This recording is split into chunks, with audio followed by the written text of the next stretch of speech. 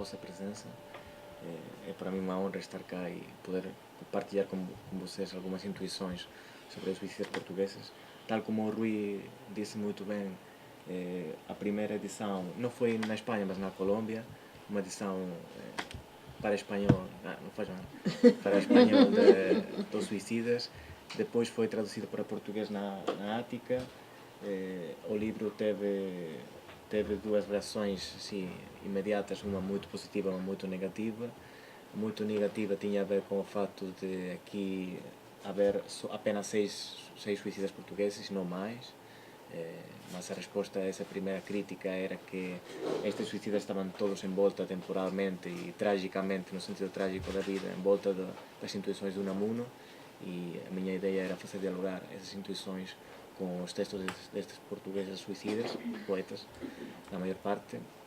E a outra grande crítica era a ideia de ser esta uma generalização, isto é, de colocar todos os poetas portugueses dentro da categoria suicidas, assim de uma forma muito alegre, não é? Esta era outra das críticas.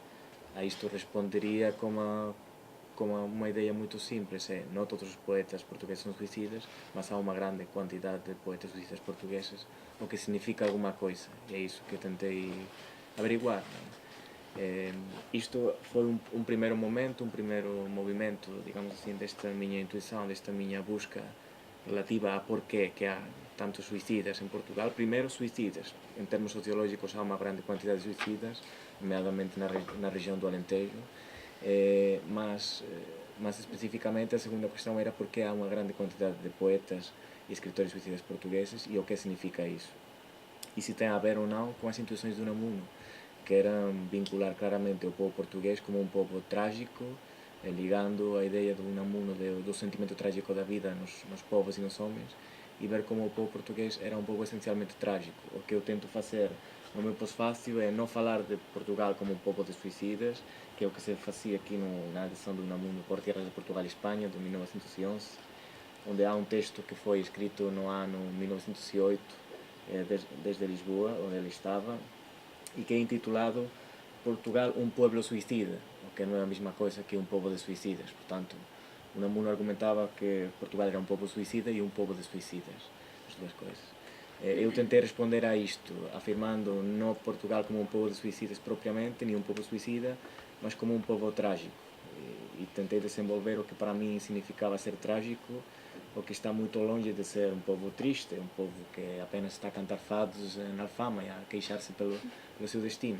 Isto é muito mais profundo do que isso, que é apenas a superfície de uma natureza, de uma maneira de compreender e de sentir a vida que é bem diferente, que tem a ver com o sentimento trágico da vida, mas no sentido do Unamuno, que tem a ver principalmente com o fato de uma aceitação da duplicidade da vida, isto é, da impossibilidade de acoplar ou de fazer dialogar o sentido o realismo e o idealismo. Isso está muito claramente exprimido no saudosismo português, da mesma maneira que está, acho eu, da outra perspectiva na Espanha, no quixotismo. É isso que tentei desenvolver de alguma maneira.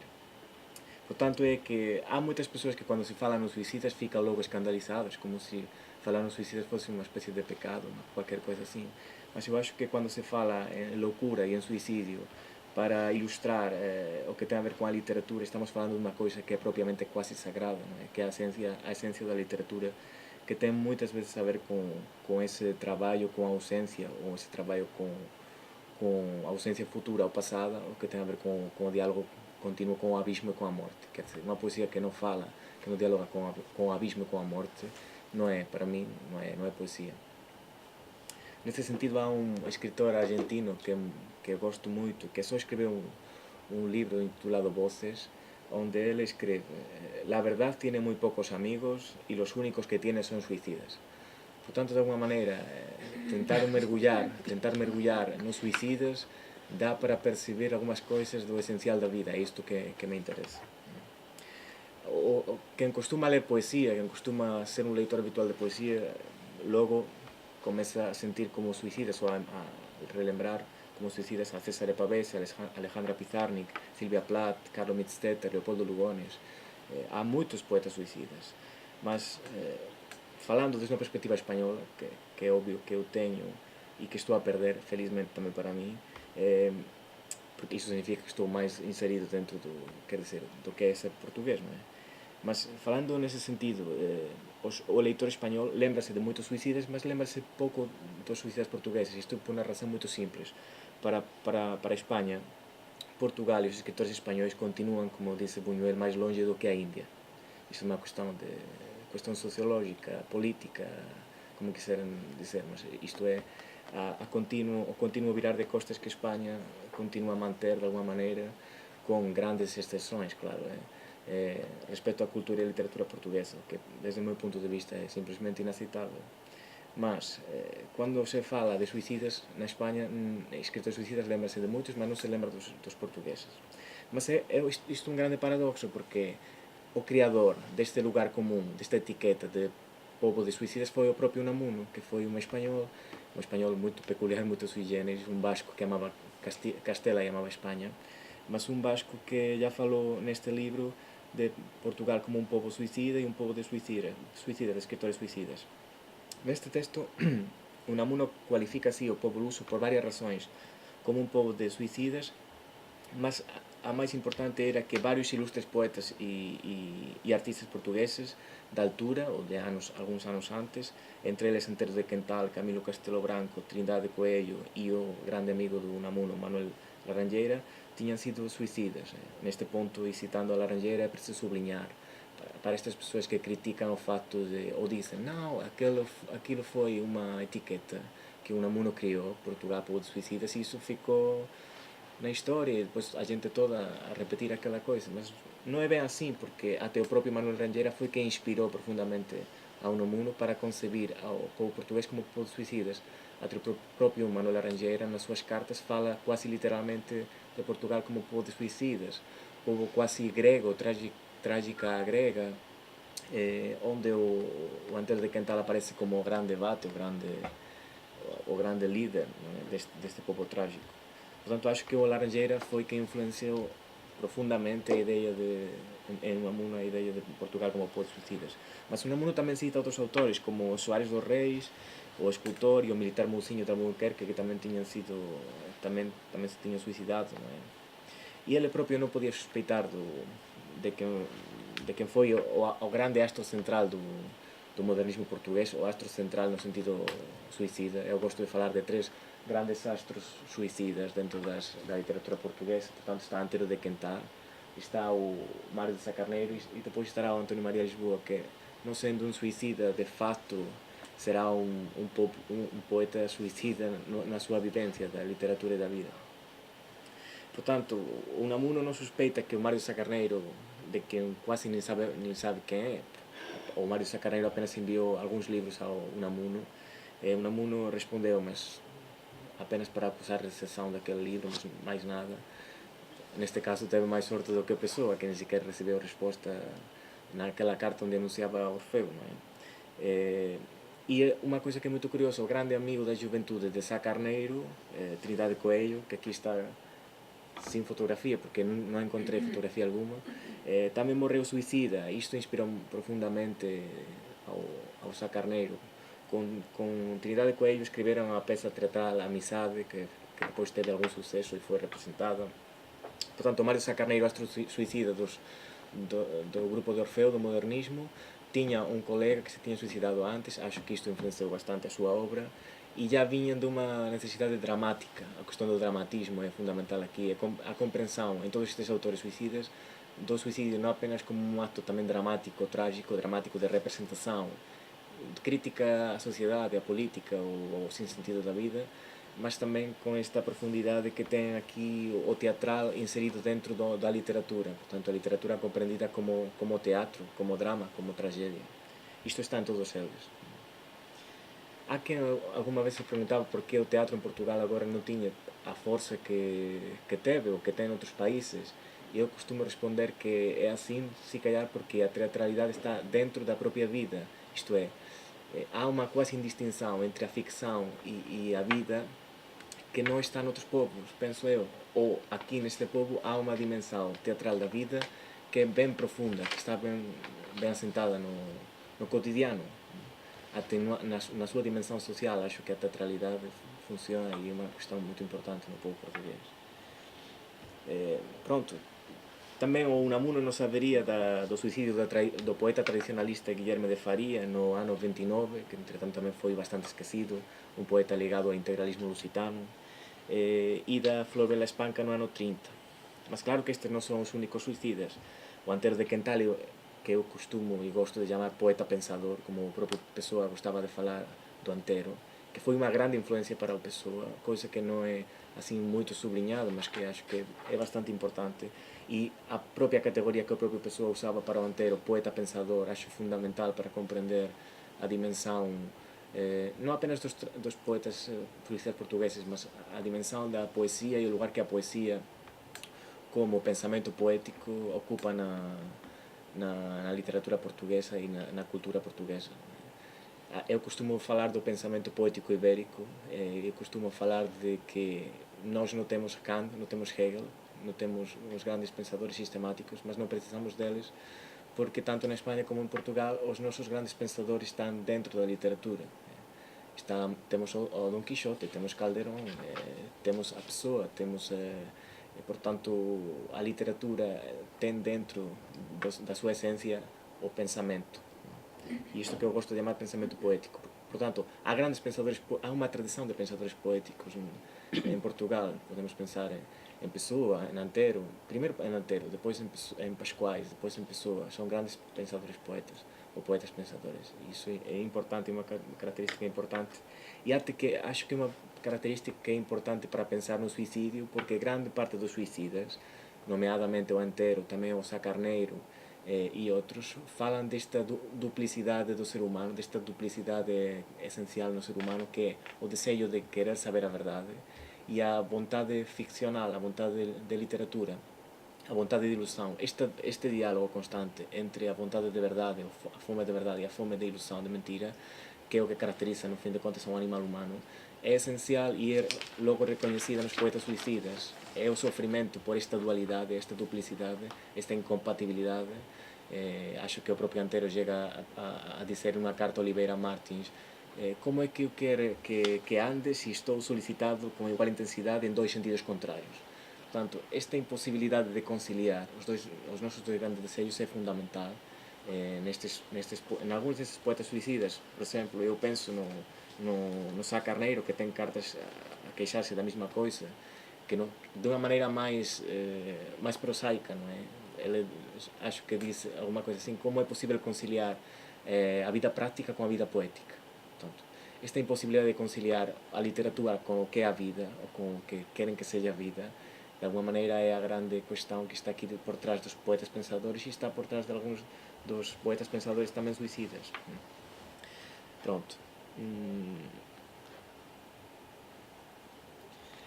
Também é possível aqui lembrar do Tomás Cabreira Júnior, o colega de Sá Carneiro, porque um dos grandes poemas sobre o suicídio de Sá Carneiro é precisamente um poema intitulado A um Suicida, dedicado ao próprio amigo. E nesse poema já se fala assim, alguns versos: foste vencido, não sei, morrer não é ser vencido, nem é tampouco vencer. E outro: foi triste, muito triste, amigo, a tua sorte, mais triste do que a minha, mal-aventurado. Mas tu ainda alcançaste alguma coisa, a morte, e há tantos como eu que não alcançam nada. Portanto, a impossibilidade de completar uma obra, a impossibilidade de atingir ou de fazer frente ou de conseguir o idealismo que a obra literária tem, também está por trás de alguns destes suicídios, está em algum destes suicídios. Estou a pensar no Pessoa, que depois veremos que também tinha amplos instintos suicidas, mesmo que sejam amordaçados pela heteronímia, pelos heterónimos.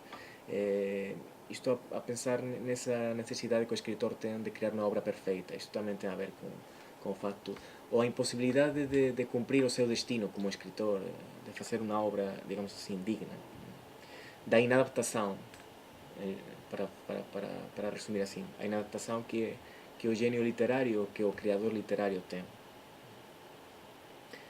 Há, portanto, uma série de cartas onde o próprio Sá Carneiro fala destas tentativas suicidas, desta angústia que o causa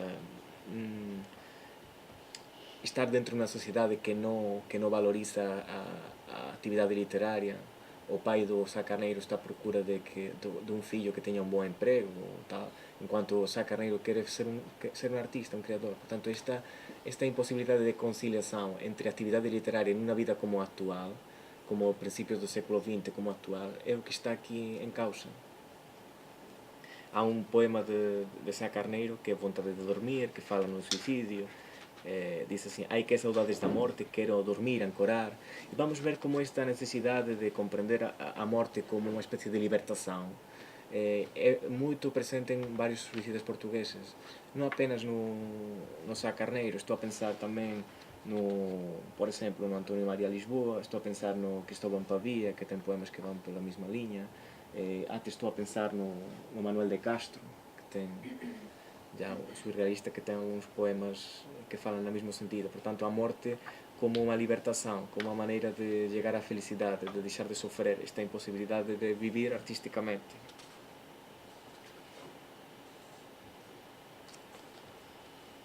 Lembro-me também, para falar ainda um bocadinho mais no Mário de Sá Carneiro, de como ele pensa no suicídio como uma coisa quase festiva.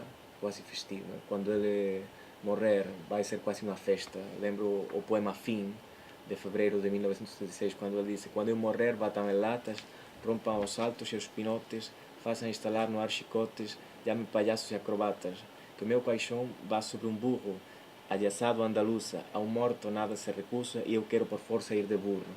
Portanto, esse poema que está quase a anunciar o fim como algo libertador, como algo alegre, algo quase florido, é uma coisa que está também noutros suicidas. Estou a pensar, por exemplo, no próprio Manuel de Castro, muitos anos depois, mas que quase tem um poema com o mesmo espírito, intitulado Homenagem, do ano 1967, que diz assim: morreu enforcado com um colar de flores e os cães saltam para lhe lamber os pés. Morreu enforcado coberto de flores, erguido sobre as patas traseiras, os cães lambem-lhe os pés. Dizem que fora poeta, o que é vulgar, mas ocultam a luz que o revestia. Deu um tiro na cabeça e simultaneamente enforcou-se com um colar de flores. A extravagância não é o fato, mas a cor. Por isso fotografaram o cadáver, já liso e sereno como o lago, pestífero, quieto e silencioso. Portanto, aqui quase uma mistura entre as flores e a morte, entre a necessidade de uma beleza libertadora, quase. Isto é presente em vários destes autores. Mas depois, o cadáver é uma coisa nojenta, nauseabunda, como no caso do próprio Sá Carneiro, frente ao fim que ele esperava, a carta onde um dos seus colegas, o único que foi quase convocado para ver a sua morte, o José Araújo, fala da rigidez cadavérica do cadáver, fala de que o caixão que levaram ao hotel de Paris não dava para tal corpo, tiveram de encomendar o caixão mais grande da funerária, depois o corpo ali não cabia por causa do calor, o corpo tinha inchado, todo negro, a sair sangue por todo lado. Portanto, é aqui esta contraposição contínua entre a beleza da libertação e desejada e o que realmente foi, não é? Quase uma coisa macabra. Portanto, é quase a mesma coisa que no poema do Manuel de Castro, onde um cadáver enforcado está coberto por um colar de flores. Não é? É um bocado a imagem poética, mas ao mesmo tempo uma metáfora do que eles desejavam. Não é? Desejavam a libertação através da beleza, mas o que fica é um corpo a apodrecer. E isto tem a ver um bocado também com a condição do poeta que está a tentar tirar beleza de um mundo onde só há podridão, de alguma maneira. O que faz o poeta? O poeta dialoga com o abismo, dialoga com o ser, dialoga com a morte para tirar beleza ou tirar ainda uma maneira de sobreviver neste mundo. E de alguma maneira essa contraposição entre a beleza procurada e a morte atingida, achada, é uma contraposição que está aqui em todos os poetas e que acho que é uma contraposição que tem que ser pensada em todo ato poético sempre que for concebido como ato poético. Porque uma coisa é cantar as flores, a beleza das flores, e fazer poesia floral, como dizia o Ángel Crespo, uma poesia floral. Mas quem faz poesia floral não faz poesia, faz outra coisa, faz ornamentação, faz colares para abelhotas. Isso não é poesia. Portanto, eu acho que quando eu sou criticado por falar nos poetas trágicos portugueses e que Portugal é um povo de suicidas, digo sim. Mas quando eu falo de Portugal como um povo trágico, de um povo de suicidas e um povo de poetas suicidas, estou a falar de um povo, de um país que tem verdadeiros poetas. É isso que estou a dizer. Não estou a dizer que seja um país de poetas tristes, que só cantam a morte e que desejam morrer e estilizar o seu corpo, mostrar o seu cérebro aqui com um disparo de espingarda. Acho que não é isso. O que eu tento dizer de alguma maneira é que para haver verdadeiros poetas tem que haver diálogo com a morte, e o diálogo com a morte e com o abismo dá nisto, que às vezes há mortes prematuras e há suicídios. Pronto.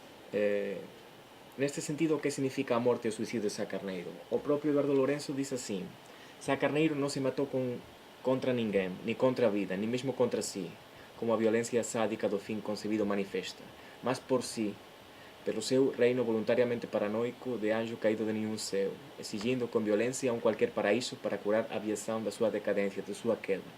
Portanto, é a ausência de paraíso, a necessidade de procurar um paraíso que está por trás desta morte. É quase uma... tem quase uma dimensão política ou de crítica social, que um poeta, nos tempos de Orfeu, morra, e até o próprio Orfeu era anunciado como aquilo que se podia fazer em Portugal melhor, era ler Orfeu ou depois suicidar-se. Era uma das duas coisas. Era uma crítica à ausência de civilização, à ausência de sentido estético da vida. É isto que estava por trás destas questões, para além de outras questões físicas, psiquiátricas, às vezes. Portanto, como o próprio Lourenço disse, o suicídio de Sá Carneiro, também de outros poetas portugueses suicidas, tem a configuração da modernidade como intrínseca e fatalmente suicidária. Isto é, a vida que é regida por os parâmetros sempre racionais da modernidade dá nisto. Porque se compreendemos ao homem apenas como querer saber e não como querer não saber, como querer ser poeta, a vida é fallida, é falhada. Portanto, também nestes malucos, nestes palhaços de Orfeu, a gente costuma ver Orfeu como os palhaços, os malucos, e na altura eram vistos assim, não é? Mas por trás da palhaçada há uma crítica à sociedade e há uma profunda facada, uma maneira de compreender a sociedade.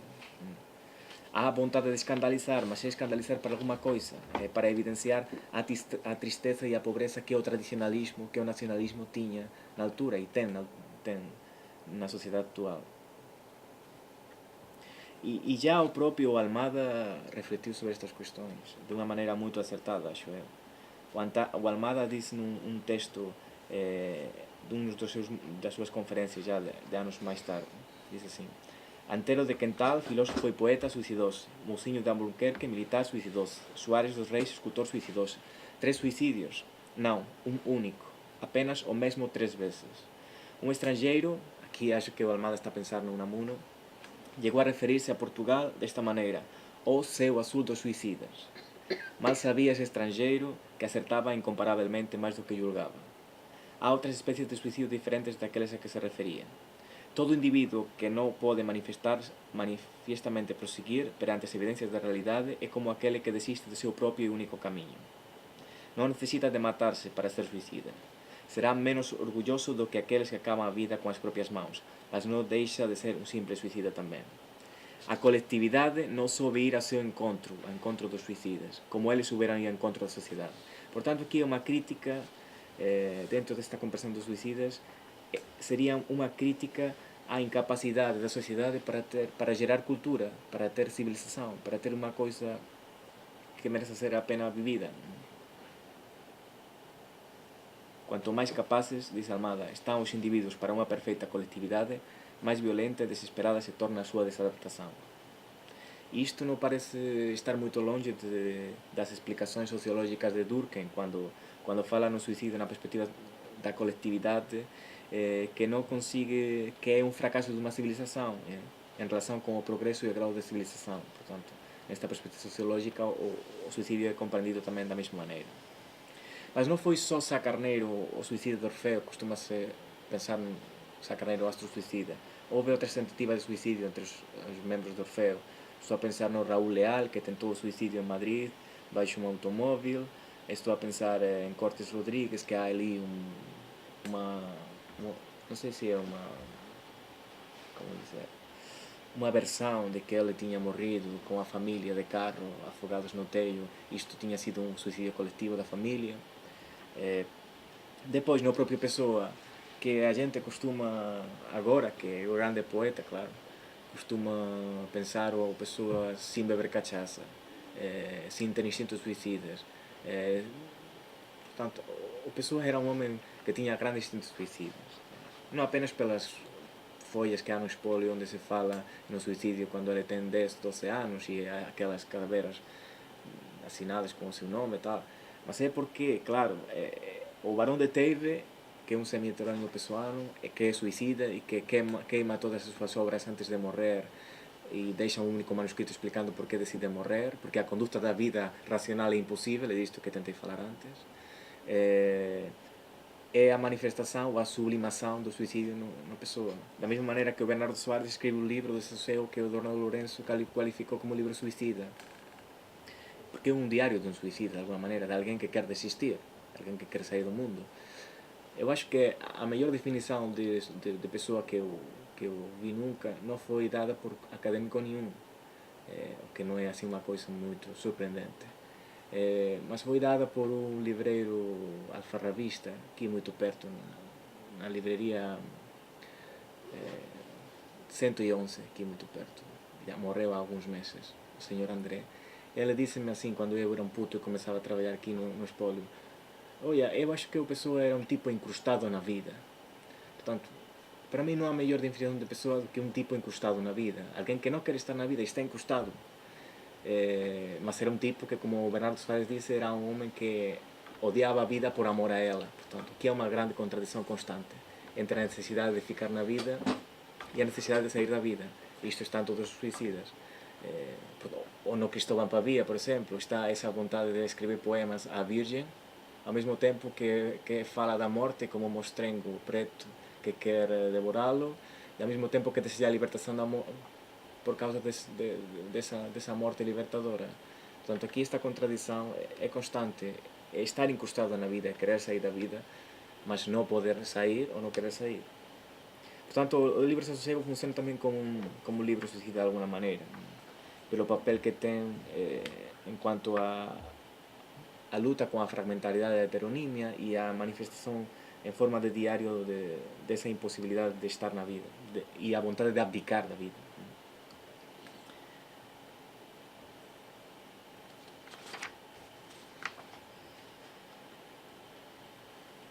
Até há um texto muito pouco conhecido, acho eu, da pessoa, o que não é conhecido para falar no suicídio, porque não se fala da pessoa suicida, porque é pecado, né? Falar da pessoa suicida. Porque há uma prova para pensar em pessoa suicida, no pessoa suicida, para além da inadaptação existencial perpétua que ele tem, não é? E esta é um texto onde ele fala no Desassossego assim, fala de um empregado de tabacaria que tinha se suicidado e ele conhece a notícia e ele fala assim: é quando me resta a mim de quem tanto senteu que se matou de sentir, enfim, de outra coisa não se deve matar ninguém. Portanto, é o excesso de sentimento que acaba no suicídio, ou que acaba nos verdadeiros poetas no suicídio em algumas ocasiões, acho eu.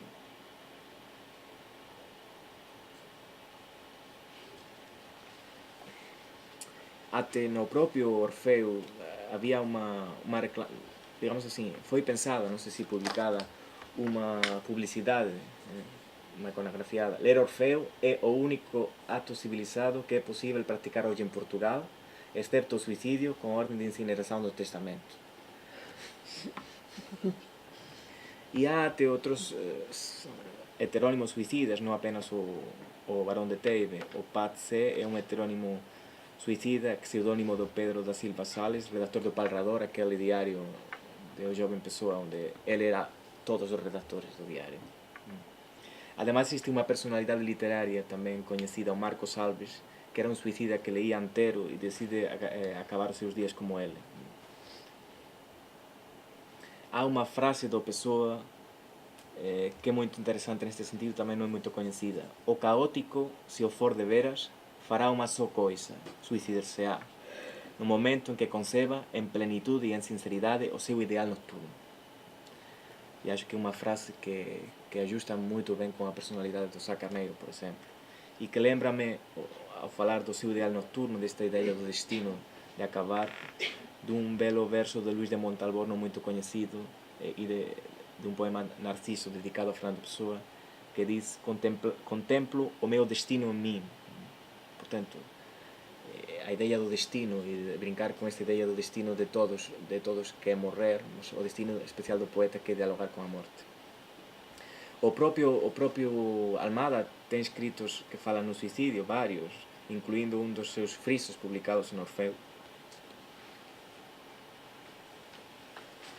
Mas a nómina de suicidas literários e literais é moito maior do que os Allento do Orfeu, Antero e outros dos quais já falamos. Estou a pensar en Cristóbal Pavía, autor de un único e impactante libro de 35 poemas, que foi un poeta suicida, e até refere a un deses poemas que falan na morte ao Sá Carneiro. Os poemas de Cristóbal Pavía son realmente de unha cualidade impresionante, e algúns deles que falan explícitamente deste asunto. Há un poema titulado Epígrafe que diz así: un barco sin velas e sin rumo, singrando un mar de fumo, mas descubrindo estrelas. Nisto me resumo. Ou ainda un outro poema que diz: na noite da miña morte, un silencio alleio a tudo, ven de longe vagamente, ven como un sorriso mudo, da planicie que o frío tolhe. Portanto, há aquí algúns poemas que falan directamente niso, e até falan da poesía como unha maneira de chegar lá. Súbitos mergulladores descendo nas aguas inimigas, con os ollos fitos e os peitos esmagados, descendo devagar ao sol lento de segundos vertiginosos como séculos. Todos nós vos acompañamos e juntamos todas as nosas forzas na mesma meditación. Aquí, da terra firme, entre nubens e terra, entre o suor e o orballo, esperamos o termo con todas as nosas forzas. E sabereis a nosa mensaxe, só a saída pelo fundo. Mas non é apenas o Cristóbal Pavía. Há outros autores dentro do grupo surrealista, ou do segundo grupo do Café do Hielo, que están alrededor tamén do Antonio María Lisboa, que morreu gravemente enfermo depois de ter ido ao país quase moribundo. Dentro deles están o Fernando Madureira, o Manuel Trindade de Asunción, Eduardo Guerra Carneiro, José Manuel Presler, Joan Rodríguez, Manuel de Castro, Ricardo Dacio. Este último, para escándalo do mundo literario dos anos 90, morreu depois de acabar com a súa muller e o seu gato. Mas o que há nestes suicidas? En grande parte destes grupos, destas tres gerações, onde há elementos claramente suicidas, há unha vontade de rebeldía non apenas política, mas tamén estética, que fará que o propio corpo seja unha arma poética, e para dar a razón a Unamuno, parece traducirse aquí un verdadeiro sentimento trágico que dá conta do interés que o vasco, Unamuno, tiña pelo povo luso, mas tamén da existencia dunha aparente negación do sentido trascendente da vida. Isto é, a religiosidade do povo portugués é moito peculiar, até na propia vivencia do cristianismo. E tamén da aceptación tranquila do suicidio como un recurso nobre, até que ten un cariz quasi de acto moral en algunhas ocasións. Há en todos estes poetas suicidas, podemos pensar até, como já dicen, en tres grandes gerações de escritores suicidas portugueses, sempre unha mistura entre o trágico e o surrealista, que acho está ben dentro da identidade da cultura portuguesa.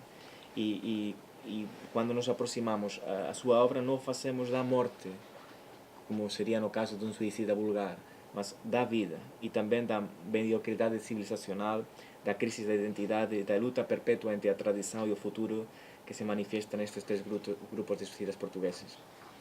Será o suicidio, por tanto, dun escritor un elemento de resposta histórica para alén da súa densidade mítica e literaria? Os vencidos da vida e a geración dos 70 enfrentan unha época de conflito político, o dilema entre Europa e o ibérico, o portugués, entre a modernidade e o tradicionalismo, da mesma maneira que Orfeu quer ser unha reacción estética ao nacionalismo tradicionalista e romántico do integralismo e do saudosismo, respectivamente. Do mesmo modo que o grupo surrealista reclama tamén a necesidade de unha existencia literaria frente ao outono cincento do salazarismo e a súa represión. De cualquier maneira, há unha poesía há uma poesia grande dentro dos suicidas, sempre com uma lucidez e uma verdade insuperáveis, a dos verdadeiros poetas. Um país com vivência intensa do trágico devia resultar num país de verdadeiros poetas, e neste ponto Portugal encaixa perfeitamente no modelo. Aliás, os verdadeiros poetas se fundam num sacrifício. Foi o próprio Foucault que falou de que toda a escritura funda-se num sacrifício, mas não apenas da personalidade, sino também da sua vida e da assunção de um destino irrefutável. Aqui a ideia do destino, do fatalismo, uma palavra muito portuguesa também. No diálogo entre a alegria e a tristeza, como um grande mistério que a vida impõe. Estou a pensar aqui num verso do Mário de Sá Carneiro que diz: sem mistério não há poesia nem há Deus. Portanto, um diálogo com o mistério que, no caso dos poetas portugueses, parece não ter raízes salvo na terra. Um poetizar que sempre assume a ausência futura ou presente e uma saudade que se lembra do amor perdido ao futuro. Lembro aqui umas palavras de Unamuno, quando fala dos suicidas portugueses, e diz: amando se suicida Portugal, buscando en la mujer, en el amor a la mujer, el secreto de la vida. Por tanto, e já para finalizar, estas considerações sobre o suicídio podem fazer-nos pensar até que ponto são manifestações da crise da modernidade, até que ponto, inclusive, a revista Orfeu tem o nome de Orfeu, não é por acaso que um mito seja o nome daquela revista, porque é muito próximo da pretendida refundação mítica da existência e da vivência literária que os poetas e os poetas suicidas têm. Tal como a elección deste muito concreto Orfeu, que ten a ver con unha quasi necesidade de voltar ao grego, que está en moitos destes poetas. Non estou a pensar apenas no neopaganismo de Fernando Pessoa, o interese ou a afirmación de Laranjeira como Portugal como un pobo trágico a maneira grega, ou estou a pensar até un helenismo coroado de budismo, como era definida a filosofía do Entero de Quental. Mas Orfeu como un mito que ven trazer a forza e o poder da poesía, asumindo a poesía como verdade, como sofrimento, como realidade e existencia, e non como simples ornamento, como simple estética. Poesía, pois, como confronto con o abismo, con a nada e, é claro, con a morte. Orfeu e os órficos, poetas órficos, nesse sentido, poden pensarse como denuncia da ausencia de valores, como a denuncia de sentido estético, de vivencia poética da vida. E agora que falamos de poetas órficos, estou a te pensar naquele livro do António Maria Rosa, António Ramos Rosa, quando fala nos anos 60 e tal, 60 e pouco, tem um pequeno ensaio nesse livro onde se fala do Elder como poeta órfico. Portanto, estamos a falar de um grupo de poetas que são órficos, no sentido grego da palavra. Portanto, aqui a mitologia não é inofensiva. Ser órfico significa facer poesía frente á morte, dialogando con a morte e con o abismo. Portanto, da seriedade da vida e a seriedade da poesía. É isto que está aquí. Até podemos pensar no famoso poema do Miguel Torga, Orfeu Rebelde, onde se fala tamén, acaba sin canto, sin perguntar a musa se o canto é de terror ou de beleza. Portanto, e podemos até pensar na amizade dos poetas con Caronte. Podemos até pensar que non é por acaso que há unha vertente do mito de Orfeu que fala no suicidio desde depois de ter perdido Eurídice. Portanto, sin a amizade dos poetas con Caronte non pode existir a poesía e nunca teria sido posible comprender a tradición literaria portuguesa, acho eu, e os poetas suicidas. É isto que tiña para contar. Obrigado.